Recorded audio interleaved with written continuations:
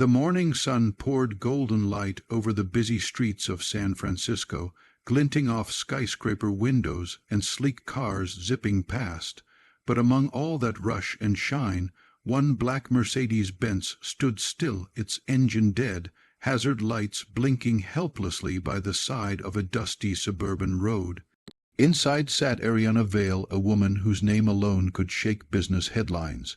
She was the CEO of Vale Innovations, a billion-dollar tech empire. Every inch of her screamed control, her sharp suit, her confident eyes, her perfectly manicured hands tapping the steering wheel impatiently.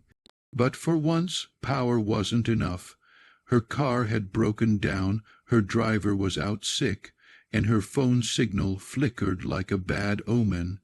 As she stepped out, heels clicking on the asphalt, a sudden gust of warm wind brushed her face, carrying a faint scent of oil and pine.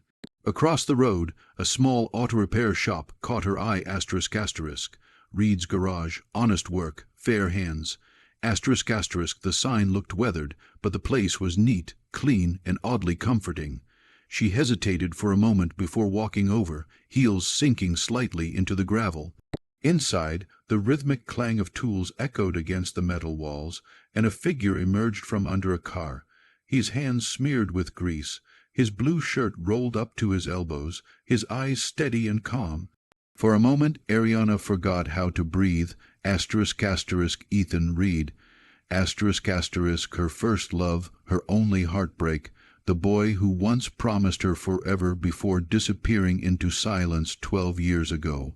If you believe in second chances, in love that returns when you least expect it, please take a moment to like, comment, share, and subscribe to Kindness Journal. Your support helps us spread stories of heart and hope. Ariana froze where she stood. Ethan looked up, wiping his hands on a rag, and time folded in on itself. His hair was shorter now, a touch of gray near the temples. His face was leaner, marked by quiet resilience. When his eyes met hers, they widened, not with surprise, but with something softer, something that looked a lot like recognition and ache. "Ariana," he finally said, his voice low and rough like gravel under rain. "You haven't changed," she almost laughed. "You have," she whispered. The tension between them hung heavy. He didn't ask why she was there.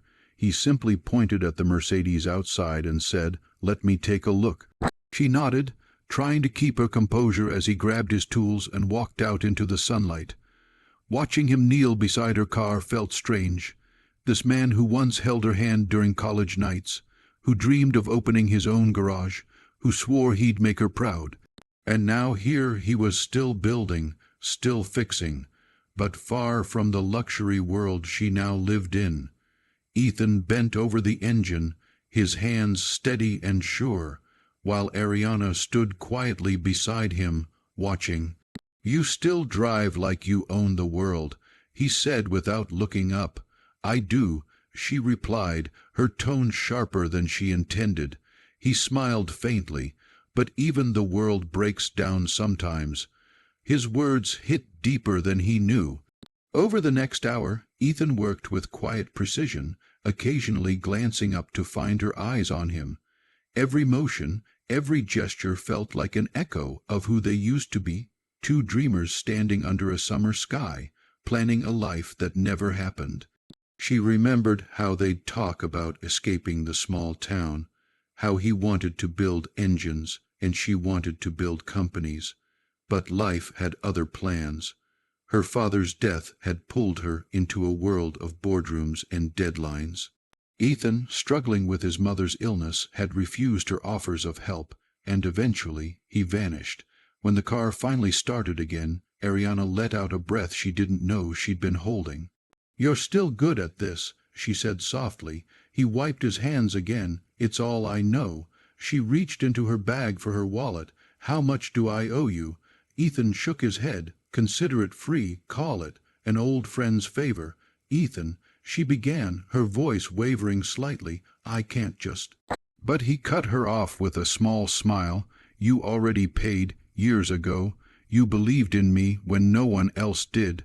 His words left her speechless. For a moment, the air between them filled with memories, late night study sessions, cheap coffee, the scent of rain on his jacket, the whispered promises. She wanted to ask him where he'd been, what had happened, why he left, but before she could, a small voice called from inside the garage, "Dad, I finished my homework." A boy ran out, a small brown-haired kid with Ethan's same steady eyes.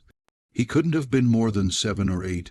Ariana's heart twisted as she looked at him, and the word Dad echoed in her mind. Ethan smiled down at the boy. "That's great, buddy. Come say hi." The child turned shyly toward Ariana. "Hi," he said, his voice soft. "Hi there." She replied with a warm smile. "You must be pretty smart if you finished all your homework this early." The boy grinned. "Dad says I'm going to be an engineer like him." Ariana glanced at Ethan, who looked away.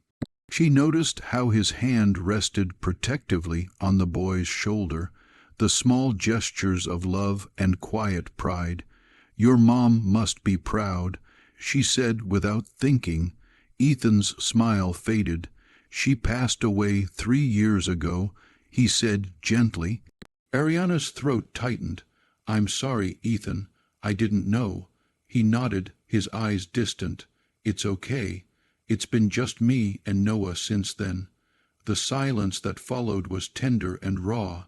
She saw now the life he'd built, not the dream they once shared, but something even more meaningful. A life built on love, resilience, and small victories.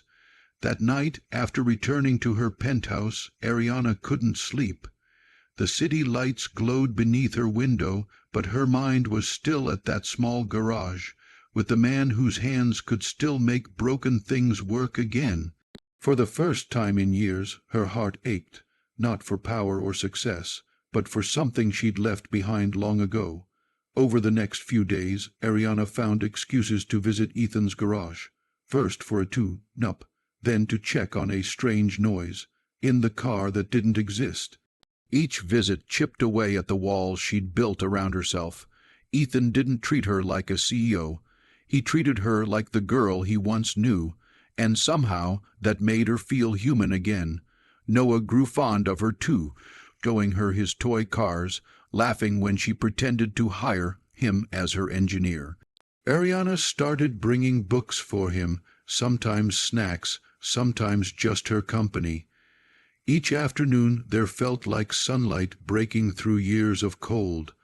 One day, while Ethan was busy with another customer, Ariana wandered behind the shop and found an old wooden board nailed to the wall. It read, "A dreams can still be built, one bolt at a time." Her hand trembled as she touched the words. It was the same line Ethan had written in her college notebook the day he told her he loved her. When he came up behind her quietly, she turned, eyes wet. "You kept it," she whispered. He nodded. "I never stopped believing it, even when everything fell apart." For the first time, she asked him the question she'd buried for 12 years. "Why did you leave, Ethan? You just disappeared. No goodbye." He looked at her for a long moment before answering. "Your father had just died. You were drowning in responsibility, and I had nothing. My mom was sick. I couldn't afford her treatment, and I couldn't drag you into my mess. I thought, maybe if I disappeared, you'd move on faster." Her voice broke. "You didn't save me, Ethan. You just left me broken too." Tears shimmered in his eyes. "I know, and I've regretted it every day." They stood there in silence, years of pain unspoken between them. Then, quietly, she said, "Maybe some things aren't meant to be fixed." Ethan took a step closer. "Or maybe they just need the right hands." That night, they sat on the porch outside the garage, talking until the stars appeared. The world felt still again, like the universe had paused just to give them this moment. She told him about her empire, her loneliness, the walls she'd built to keep from feeling small again. He told her about losing his wife, about raising Noah, about learning that love isn't about what you have, it's about what you hold on to. Days turned into weeks. Ariana began funding a new wing at his garage, teaching young single parents technical skills for free. Ethan resisted at first, but she reminded him it wasn't charity, it was purpose. Slowly they found balance between their two worlds, hers of steel and glass, his of grease and grit. One sunny afternoon, as Ariana watched Ethan and Noah working side by side, something inside her healed. For the first time, success didn't feel like wealth, it felt like peace. She realized that sometimes when life breaks down, it's only so you can find who you were meant to be with all along. Asterisk, if this story touched your heart, please like, comment, share, and subscribe to Kindness Journal. Every click helps us keep spreading hope and true human connection.